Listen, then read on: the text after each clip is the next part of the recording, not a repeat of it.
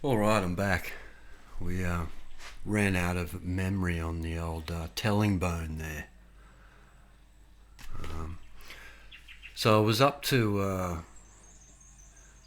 I was just talking about the idea of why we're doing this. We're learning these things. We learn things to know what we don't want to do as well. So I guess this will just be part two. Um, so something else I wanted to mention about Tony Williams' approach was also his setup, which, if you notice, everything was quite far away and everything was definitely very separate. So every drum was really in its own place. Cymbals were separate. Everything wasn't bunched in together. Stuff was quite far away. And he said that he doesn't believe that the drums should be easy. So he also had an idea of, like, he didn't want to make things easy for himself. Which makes sense to me in that, you know, it's this intention thing again. If the drum's there in its own place and I have to reach for it, there's something about that. There's an intention. Just personally, I just feel that way about it. So that was another interesting one. That this is all going to come back to the next drummer. I'm going to make these comparisons. So that's that. We've gone through the evenness, straight lines, right? Apologies for the mower sound. Hopefully it's not too bad. Putting me off more than anything. And just quickly, another thing about this idea of playing things for long periods of time or playing the same thing. So Tony talked about obviously playing the ride cymbal and playing the ride cymbal beat, and that's it. Even to the extent of just playing the ride cymbal. So, like, for example, I can sit here now. I've got a pad here now and a snare, but I could take that away and stick a ride cymbal here, and that'd be your practice. I spoke about this before. Like, you jazz school guys have done this. But the extra little bit on top of that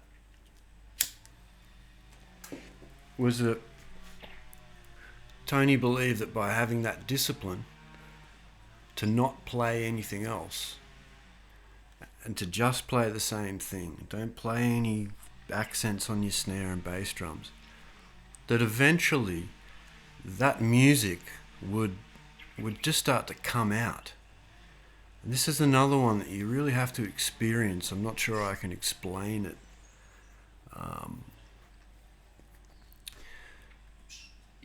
For example, if you wanted to try this, what you would do is just play the ride cymbal, just play your jazz cymbal pattern, and then for a long period of time, like go for 20 minutes or 30 minutes or something.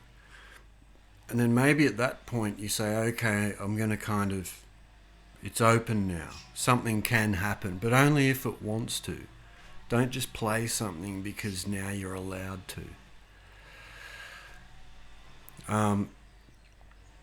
So he would say that by doing that and by focusing in on this one thing and this one sound, and by really listening to the ride cymbal and listening to the music, that it then would inform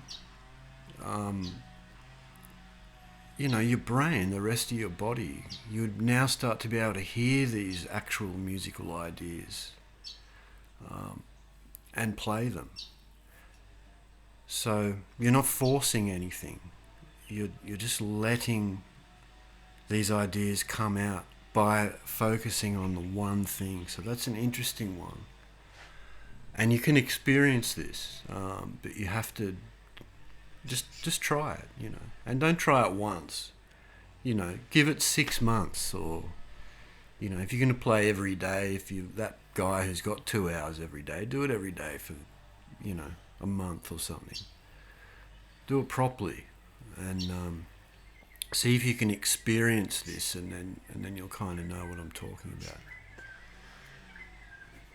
So there's another. It's interesting too.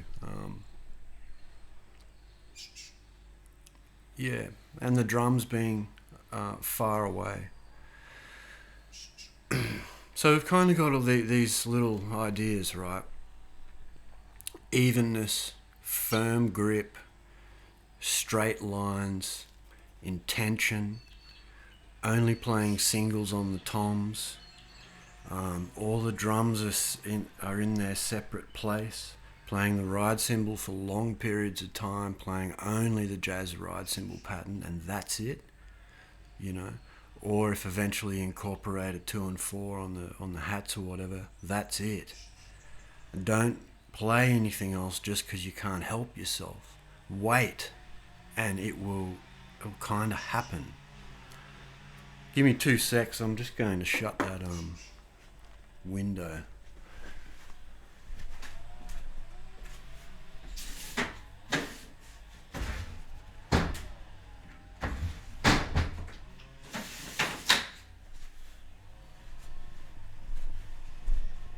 Well, that made a tremendous difference.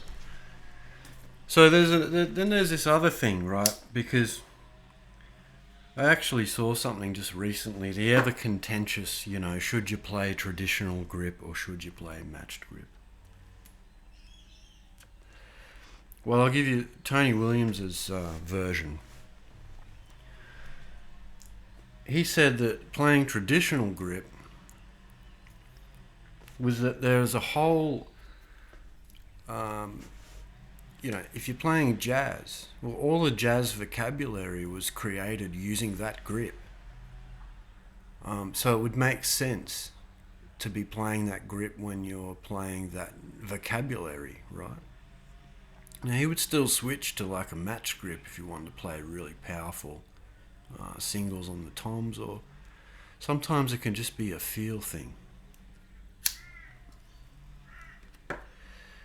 But what he also said, and now this is where it kind of gets interesting, because we've been through evenness and straightness and, symmetry and, and he would say that, well, he likes that he has a left hand and that he has a right hand, and that he doesn't want to have 2 right hands. He wants to have a left hand that feels different to a right hand, and that this linguistically has an effect on you, of course, neurologically or whatever, that you're going to play things differently. It's a different feeling. It triggers a different feeling in your body. Now that whole thing of traditional and matched is pretty contentious, and nowadays people seem to think that traditional grip is like redundant and you don't need it. But when I was a little kid, I learnt traditional grip, and where I come from, you basically learn both, and you'll favour one. Dave Weckl can play kick-ass match grip, Vinny can play match grip, Virgil can play match grip, they can all play match grip. Maybe it isn't maintained as well as their trad, but to me, honestly, the answer is both. But I like this idea of Tony's, where now he's getting into opposites, My right side is the opposite to my left side. I mean, match grip and traditional grip. It's totally different. One's on top, one's almost underneath.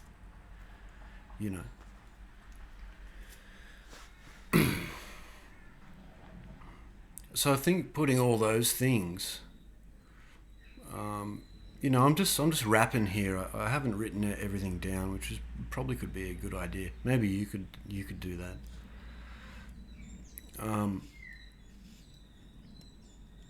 You start to get an idea of his approach and his concept to music, and of course the thing about the drummers, Max Roach for melody and Philly Joe for charisma and Art Blakey for power and fire and passion, and trying to integrate all of those things as well, those emotional aspects which to him meant that it made you a kind of rounded drummer, you know.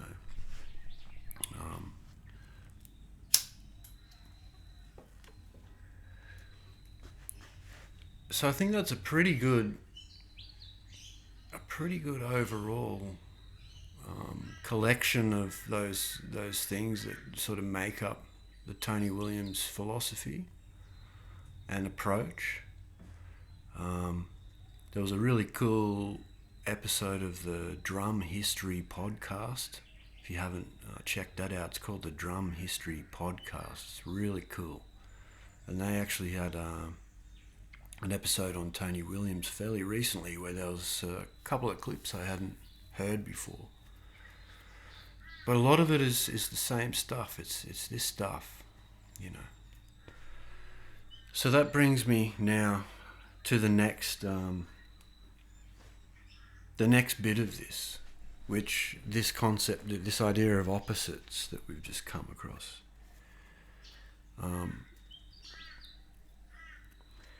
So there are certain drummers that came after Tony Williams that were many drummers that were heavily influenced by him. A musician that I'm sort of just re-exploring again now is Gary Husband. But I'm going to use the example of Vinnie Colaiuta, because I believe Vinnie was heavily impacted by Tony Williams and by Ego when he first heard it. And I think I recall him saying, you know, he listened to it and he didn't make any sense, and then at some point he kind of copped it and went, and got it. But what's interesting to me there is that you look at those two drummers, to me, they're almost opposite. So to have someone so heavily influenced by Tony, for Tony to touch someone so much, and in the case of Vinnie, I imagine he had plenty of opportunities, or probably had several opportunities to see Tony play and hear him play in real life, probably up close as well, you know. So he would have seen all this. And I'm not going to go any further into sort of what I think Vinnie's concept might be, but it's really interesting how somehow Tony's concept has gone through the ether and come out in like as the opposite. So if you look at Vinnie, well, Vinnie uses fingers and wrists and a bit of everything. He uses a variety of techniques. You know, he's known for having wonderful technique. It doesn't really seem to matter how he plays, if it's match grip or trad. He seems to be able to execute most things. But also, you know, like Vinnie's drum kit setup is all very close. Everything's bunched in together. And you've heard, you know, his drum tech said he likes it to seem like he's dealing cards, which I totally get, that being comfortable in the seat and everything's just there. It's total opposite to Tony Williams. And he was sitting really low. Tony used to sit really high. It's the opposite, you know. Back in the day, heard this on some of those bootleg clinics of with Vinnie, where he'd say he's lazy, so he plays a lot of doubles. On the, and obviously he's being humorous and self-deprecating. So he likes to play a lot of doubles on the toms. Tony Williams wasn't into that. It was like toms are for singles. Bit like Gavin Harrison reckons if you're going to play fast doubles, you use a double kick pedal. Articulation. So now you've got Vinnie, who's got everything really close and plays lots of doubles on everything. When he plays brushes, he plays everything.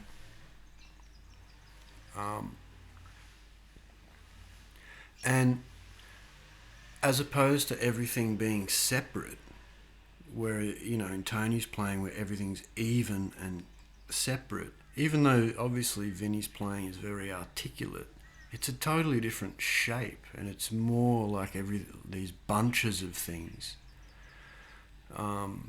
smaller spaces, to me anyway. The only reason I mention that is because it's this thing of opposite, and how when you've got a defined concept like that, it can morph into other things. You see all these drummers with their Tony-isms, Everyone does a little tribute to Tony every now and then, whether it's whatever, the Tom stuff or some bludgers and, fives between your foot and both hands and all these little Tonyism things. But I found that really interesting, that we have a drummer like young Vincent Colaiuta, who's so heavily impacted by someone like Tony, who seems to have totally got the concept, but it's come out as like the opposite.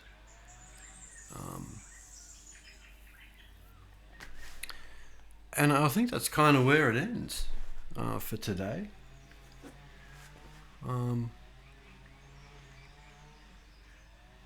So as far as the idea of concept goes, it's like, even with this, there are Tonyisms that have become these Tonyisms that I now don't want to use.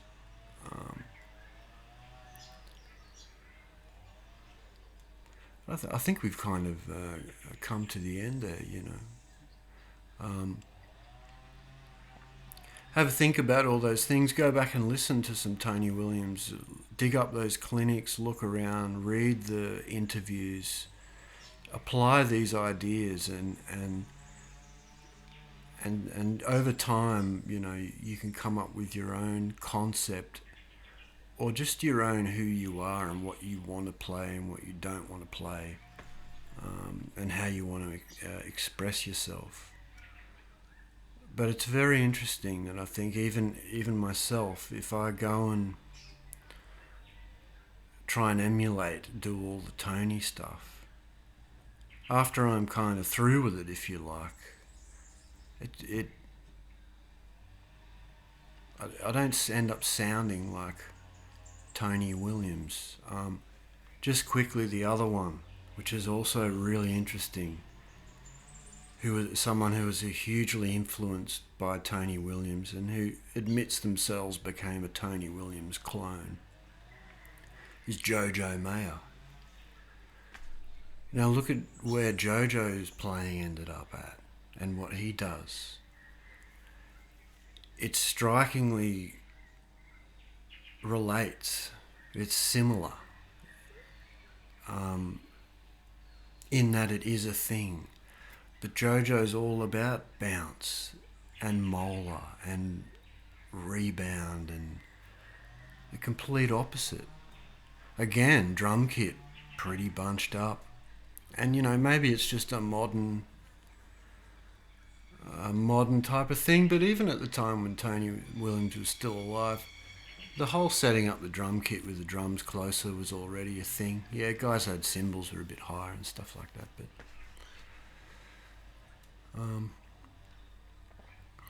anyway, I hope that's been somewhat informative. I'd encourage you to try all those things. There's miles and miles of stuff in all of that. Playing your doubles really even, playing with a firm grip, try playing out of the back of the hand, playing a straight line, play the ride cymbal for long periods of time without playing anything else. And if something happens, then let it happen. But wait for it, and listen. Just keep playing the same thing. Unisons, bop, bop, bop, bop, bop, bop, bop, bop, bop, bop, all four limbs at the same time. Fast as you can, loud as you can, for as long as you can, as quiet as you can. No feet, only toms, just play toms. Even Forget about the snare. Just play toms.